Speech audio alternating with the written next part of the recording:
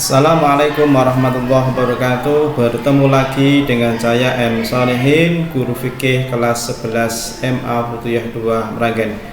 Kesempatan yang berbahagia ini kita akan membahas tentang peradilan Islam.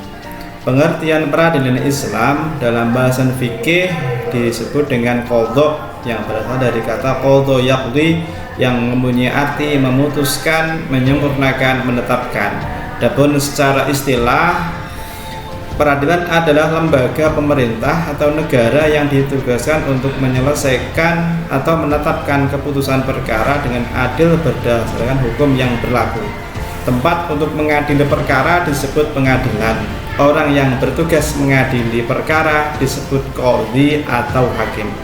Fungsi peradilan yang pertama adalah menciptakan ketertiban, ketentraman masyarakat, mewujudkan keadilan yang menyeluruh, melindungi jiwa, harta, dan kehormatan manusia. Yang terakhir adalah mengaplikasikan nilai-nilai amar ma'ruf nahi mungkar dengan menyampaikan hak kepada siapapun yang berhak menerimanya dan menghalangi orang-orang zalim dari tindak aniaya yang akan mereka lakukan. Hikmah peradilan di antaranya adalah terwujudnya masyarakat yang aman, tertib, dan bersih, terciptanya aparatur pemerintah yang bersih dan berwibawa. Bertiga, terwujudnya keadilan bagi seluruh rakyat. Yang keempat, terciptanya ketentraman, kedamaian dalam masyarakat. Yang terakhir adalah mewujudkan suasana mendorong untuk meningkatkan ketakwaan kepada Allah Subhanahu wa Ta'ala bagi semua pihak. Dalam peradilan ada hakim. Hakim adalah orang yang diangkat pemerintah untuk menyelesaikan persengketaan dan memutuskan hukum suatu perkara dengan adil. Terkait dengan hakim, termaktub dalam hadis Nabi yang artinya, apabila hakim duduk di tempatnya, maka dua malaikat membenarkan, menolong, dan menunjukkan selama tidak menyeleweng. Apabila menyeleweng, maka kedua malaikat akan meninggalkannya. Hadis diriwayatkan oleh Imam Al-Baihaqi.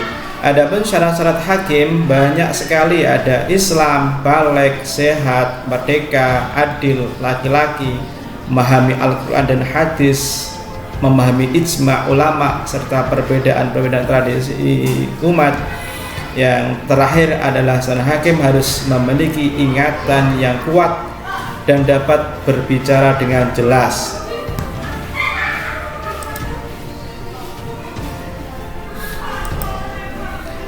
Untuk macam-macam hakim dan konsekuensinya, sesuai dengan hadis Nabi bahwasanya hakim ada dua macam, satu di surga dan dua di neraka. Hakim yang mengetahui kebenaran dan menetapkan hukum berdasarkan kebenaran, ia masuk surga. Hakim yang mengetahui kebenaran dan menetapkan hukum bertentangan dengan kebenaran, ia masuk neraka. Dan hakim yang menetapkan hukum dengan kebodohannya, maka ia masuk neraka. Hadis diriwayatkan Imam Ibnu Majah. Untuk tata cara menentukan hukuman adalah orang yang mendakwa kebenaran. Mendakwa diberikan kesempatan secukupnya untuk menyampaikan tuduhannya sampai selesai. Sementara tuduhan itu terdakwa diminta untuk mendengarkan dan memperhatikan.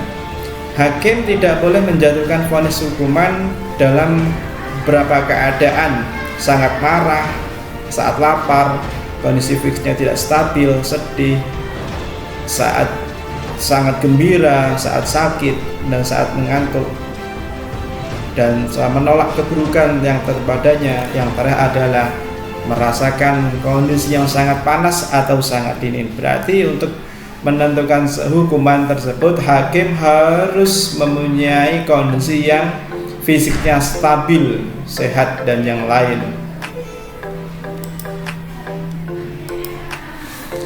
Apakah wanita diperbolehkan untuk menjadi seorang hakim? Menurut madhab Maliki, Syafi'i, dan Hambali, tidak membolehkan pengangkatan hakim wanita. Sedangkan Imam Hanafi membolehkan pengangkatan hakim wanita untuk menyelesaikan segala urusan kecuali urusan had dan qisas.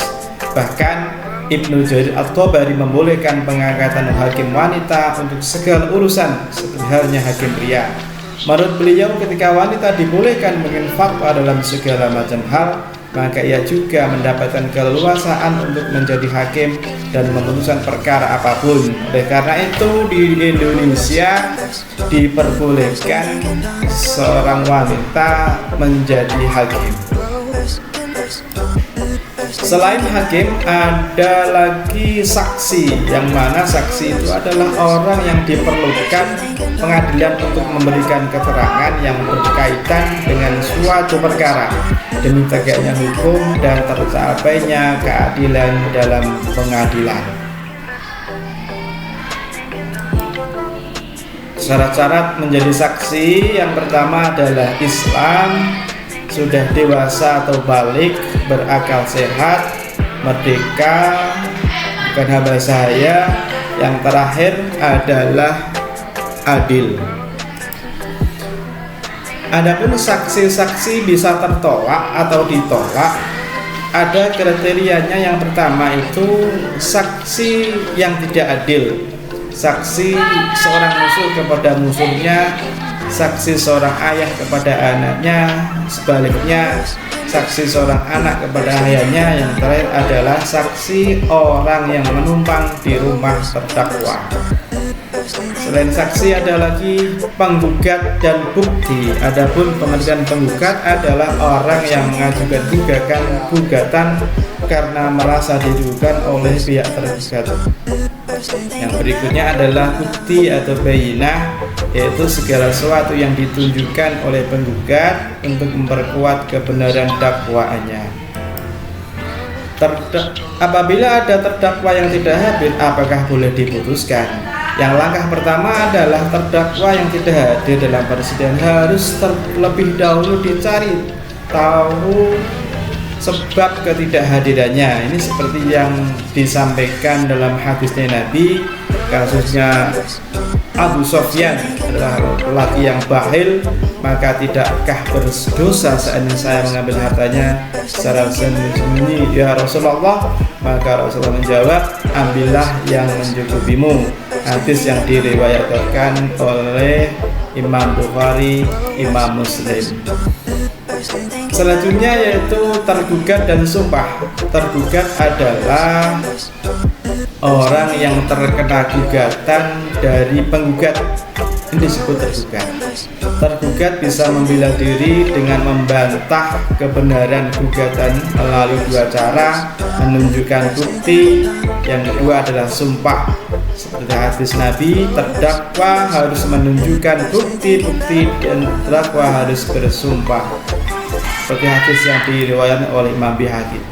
Adapun tujuan sumpah adalah, yang pertama adalah menyatakan tekad untuk melaksanakan tugas dengan sungguh-sungguh dan bertanggung jawab terhadap tugas tersebut. Yang kedua adalah membuktikan dengan sungguh-sungguh bahwa yang bersangkutan di pihak yang benar. Adapun syarat-syarat orang yang bersumpah, yaitu di antaranya mukallaf. Mukallaf ini adalah orang yang sudah terbebani hukum, kemauan sendiri tanpa ada paksaan dari siapapun. Yang ketiga disengaja, bukan karena terlanjur, dan yang lain-lain. Yang keempat menggunakan lafaz sumpah seperti Allahi, tallahi, billahi. Sumpah, pelanggaran sumpah ada konsekuensinya. Orang yang melanggar sumpah yaitu ada 3, dengan memberikan makan pokok pada 10 orang miskin, di mana orang masing-masing tersebut mendapatkan 3/4 liter.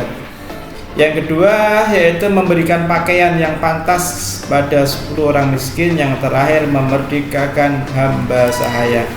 Adapun hikmah peradilan, yaitu adanya peradilan ini diharapkan akan tercipta keadilan yang baik, baik keadilan yang diperoleh oleh penggugat maupun tergugat.